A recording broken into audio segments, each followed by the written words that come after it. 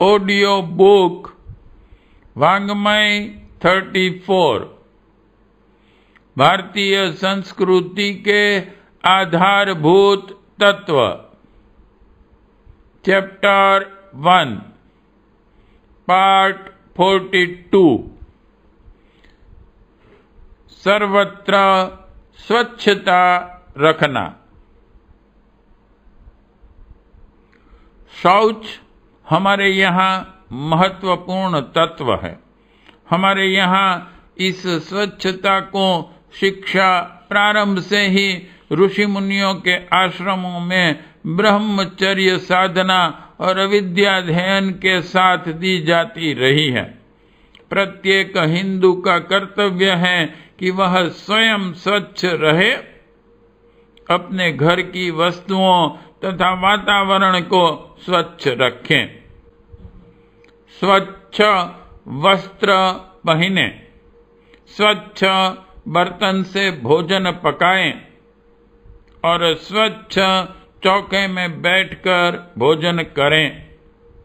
हर प्रकार से स्वच्छ और संयम से रहने पर हमारे यहाँ जोर दिया गया है। शौच का अर्थ केवल बाहरी सफाई नहीं है, प्रत्युत आंतरिक स्वच्छता पर ही सदा हमारा ध्यान रहा है। पाप की भावनाएं, विषय भोग की कुत्सित वासनाओं से मन को गंदा न करना भी इसी में सम्मिलित है। आंतरिक जीवन भी शुचि होना चाहिए। अंतर शौच, बीज शौच और अर्थ शौच इत्यादि नाना रूपों में आंतरिक स्वच्छता बनाए रखने की गंभीर व्यवस्था भारतीय संस्कृति में निहित है। हमारे शास्त्रों में मंत्र है जिनका अर्थ होता है मनुष्य को बाहर और भीतर से पवित्र रहना चाहिए, क्योंकि पवित्रता में ही प्रसन्नता रहती है। पवित्रता में चरित्र की प्रसन्नता, शीलता, शांति, निश्चिंतता, प्रतिष्ठा और सफाई छिपी रहती है। कूड़ा करकट, मैल, विकार, पाप, गंदगी, दुर्गंध, सड़न, अव्यवस्था एवं घीच पीच से मनुष्य की आंतरिक निकृष्टता प्रतीत होती है। भारतीय संस्कृति सर्वत्र स्वच्छता पर जोर देती है। यह सत्य भी है कि आलस्य और दारिद्र्य में मलिनता रहती है। जो मलिन प्रकृति के हैं उनके वस्त्र, घर, सामान, शरीर, मन आदि सब गंदगी और अव्यवस्था से भरे रहते हैं। इसके विपरीत हिंदू संस्कृति सर्वत्र स्वच्छता चाहती है। हिंदुओं में सर्वत्र चैतन्यता, जागरूकता, सुरुचि, सात्विकता पाई जाती है। स्वच्छता एक आध्यात्मिक गुण है। आत्मा स्वभावतः पवित्र और स्वच्छ है। अतः हिंदू आत्मपरायण व्यक्ति विचार और व्यवहार में सदा स्वच्छ और पवित्र हैं। शरीर की स्वच्छता पर तो इतना जोर दिया गया है कि स्नान हमारी संस्कृति का एक महत्वपूर्ण अंग ही बन गया है। स्नान का बड़ा गहरा अर्थ समझाते हुए हमारे शास्त्र में कहा गया है, जल में शरीर को डुबो लेना मात्र स्नान नहीं कहलाता। जिसने दम रूपी तीर्थ में स्नान किया है, मन इंद्रियों को वश में कर रखा है, उसी ने वास्तव में स्नान किया है। जिसने मन के मैल को धो डाला वही शुद्ध है। भारतीय संस्कृति में शारीरिक स्वच्छता को महत्वपूर्ण स्थान दिया गया है। मुस्लिम और ईसाई संस्कृतियों में स्नान का कहीं उल्लेख तक नहीं है। मुसलमान केवल हाथ और पांव धो लेने मात्र को ही शारीरिक स्वच्छता मान लेते हैं। ईसाई स्वच्छ वस्त्र धारण कर गिरजा घर में आराधना कर लेना यथेष्ट समझते हैं। यह शारीरिक स्वच्छता के बाहरी विधान मात्र हैं। यह हिंदू धर्म और भारतीय संस्कृति की ही विशेषता है, जिसमें आंतरिक और बाह्य दोनों प्रकार की शुचिता का पूरा पूरा ध्यान रखा गया है।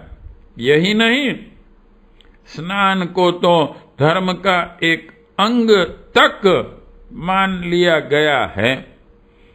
हमारे जितने धार्मिक कृत्य या अनुष्ठान हैं, बिना स्नान द्वारा अपूर्ण है। सब में पहले स्नान द्वारा शरीर को शुद्धि का विधान रखा गया है। स्नान करना स्वास्थ्य की दृष्टि से भी बड़ा महत्वपूर्ण नियम है। इसकी अवहेलना करने से शारीरिक बीमारियां होने की संभावना है। अतः प्रतिदिन ब्रह्म मुहूर्त में शय्या त्यागने के पश्चात शौचादि कर्मों से निवृत्त होकर दैनिक स्नान का विधान है। स्नान के उपरांत शारीरिक शुद्धि होने पर मन ईश्वर चिंतन, भजन, स्वाध्याय में अधिक लगता है। संस्कृति शब्द का अर्थ है चमक या बाहरी सफाई। संस्कृति में केवल संस्कारों का ही नहीं, बाहरी शारीरिक सफाई और शुद्धि का भी बड़ा महत्व है। स्वच्छ शरीर में ही स्वच्छ निर्मल आत्मा रह सकती है। जिसका शरीर गंदा है और मैल से भरा हुआ है, वह भला क्यों कर सुसंस्कृत होगा।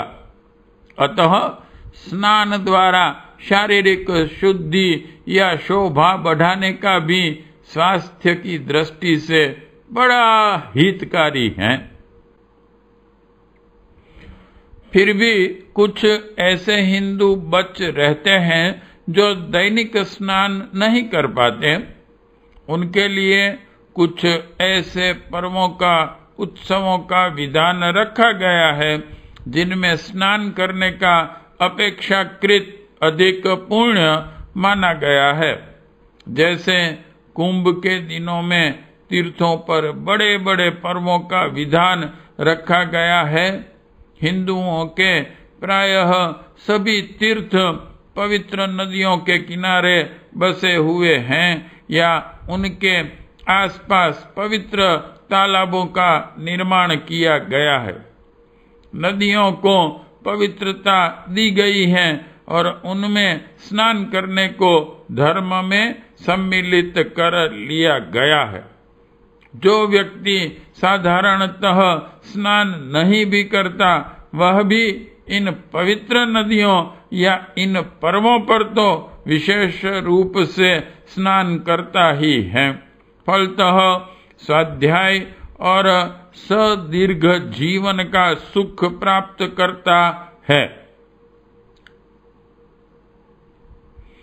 गंगा और यमुना आदि में स्नान को विशेष महत्व दिया गया है।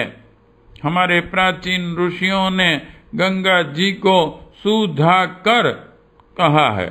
सुधाकर वह है जो सुधा का घर हो, उपयोगी हो, जिसको ग्रहण करना मानव मात्र के लिए सुख और कल्याण का देने वाला हो। प्राणियों की प्रकृति, मन और आत्मा के सर्वथा अनुकूल होने के कारण गंगा जी को सुधा संज्ञा सर्वथा सार्थक है। आयुर्वेद के मतानुसार गंगा जल शीतल, स्वच्छ, सुस्वादु, रोचक, पथ्य, पाचक, पवित्र, तृष्णा एवं मोहनाशक, जठराग्नि और बुद्धि वर्धक हैं। यों तो किसी भी जल से मनुष्य स्नान कर सकता है, किंतु गंगा जी के जल में स्नान करने का बड़ा महात्म्य है। चित्तवृत्ति को शांत रखने के लिए प्रातः ही गंगा स्नान का विधान है। स्नान के अनेकानेक गुण होने पर भी केवल गंगा स्नान का सुयोग प्राप्त हो तो वह शरीर के सब विकारों को नष्ट करने वाला, जठराग्नि को दीप्त करने और शक्ति एवं प्रतिभा को बढ़ाने वाला है। श्री गौरी शंकर गुप्त का विचार है कि स्नान का स्वाभाविक गुण गंगा जल में विद्यमान है। यदि आप स्नान न भी करें, केवल पीने में उपयोग करें, तो भी स्नान के गुण आपके शरीर में उत्पन्न हो जाएंगे। गंगा जल मानव स्वास्थ्य के लिए परम उपयोगी और आरोग्य वर्धक है। स्वच्छ, रोचक एवं सुस्वादु होने के कारण ही मानव रसना इसे सुगमता से ग्रहण कर लेती है। हिमालय की धातुओं, मणियों तथा दिव्य औषधियों के मिश्रण से लंबी धारा में प्रवाहित होने के कारण गंगा जल विषनाशक, पुष्टिकारक व आरोग्यदायक है। वर्षा ऋतु में नदियों के जल का प्रयोग वर्जित है, किंतु गंगा को छोड़कर वर्जयित्व पुरायगाम ऐसा आदेश है। गंगा का जल स्नान तथा प्रयोग दोनों के लिए उपकारी है। भारतीय संस्कृति यह मानती है कि स्नान से केवल शरीर का बाहर का ही मैल नहीं धुलता, वरन इससे आंतरिक शुद्धि में भी पर्याप्त सहायता मिलती है। जिसने शरीर को जल में डुबो लिया वही स्नान नहीं कहलाता। जिसने दम रूपी तीर्थ में स्नान किया है, मन इंद्रियों को वश में कर रखा है, उसी ने वास्तव में स्नान किया है। जिसने मन का मैल धो डाला है, उसी ने सच्चा स्नान किया है। यह स्मरण रखना चाहिए। जो लोभी हैं, चुगलखोर हैं, निर्दयी हैं, दंभी हैं, वह सब तीर्थों में स्नान करके भी पापी और मलिन रह जाते हैं।